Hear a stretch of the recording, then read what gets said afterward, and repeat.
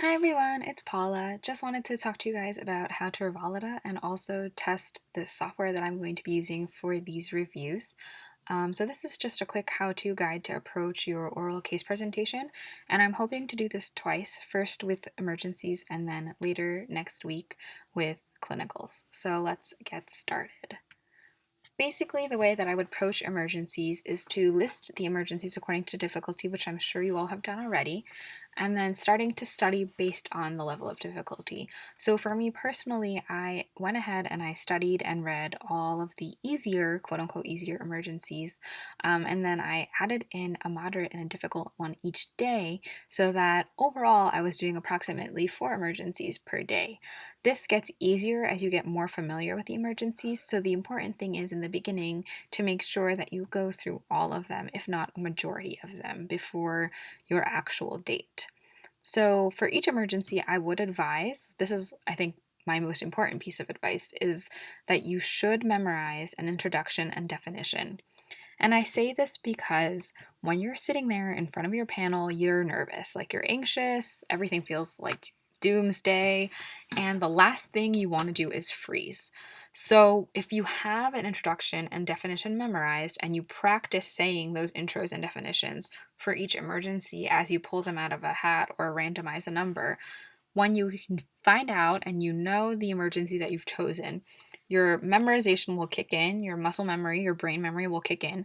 You'll start off with an introduction and definition that you already know by heart, and that will help you get your feet on the ground before you have to go into and move into your discussion. So for me, the intro and definition are key to success in the emergency world.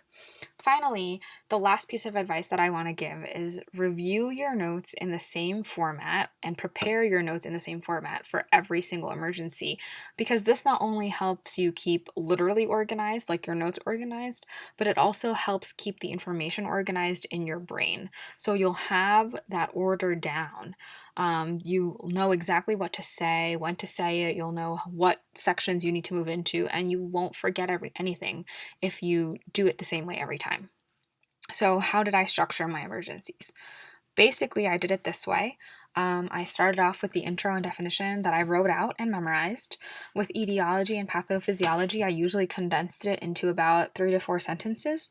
Clinical manifestations was a bulleted list or a descriptive list. So, for example, instead of Nikolsky sign, I would write shear force results in sloughing of the skin so that I could explain it as well as let them know what I was talking about. With regards to clinical manifestations, that's one thing I did, but I also just made a bulleted list and make sure that I could describe each one. For differentials, I listed approximately 3 to 4 per emergency. I wrote a sentence as to why I would consider it in my case, and I also wrote a sentence as to how I would rule it out. So that's how I dealt with the differentials.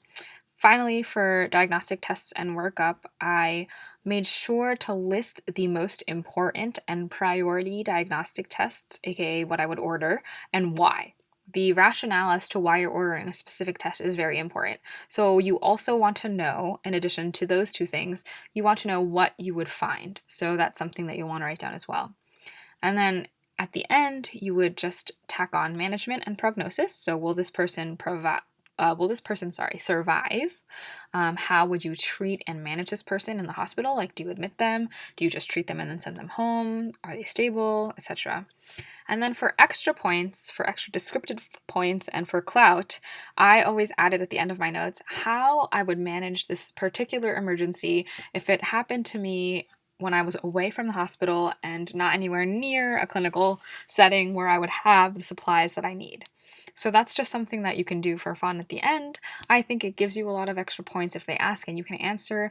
And if they don't ask, don't bring it up. But I was asked that for my emergency, and me knowing it definitely helped my score. So that's just an FYI for everyone else.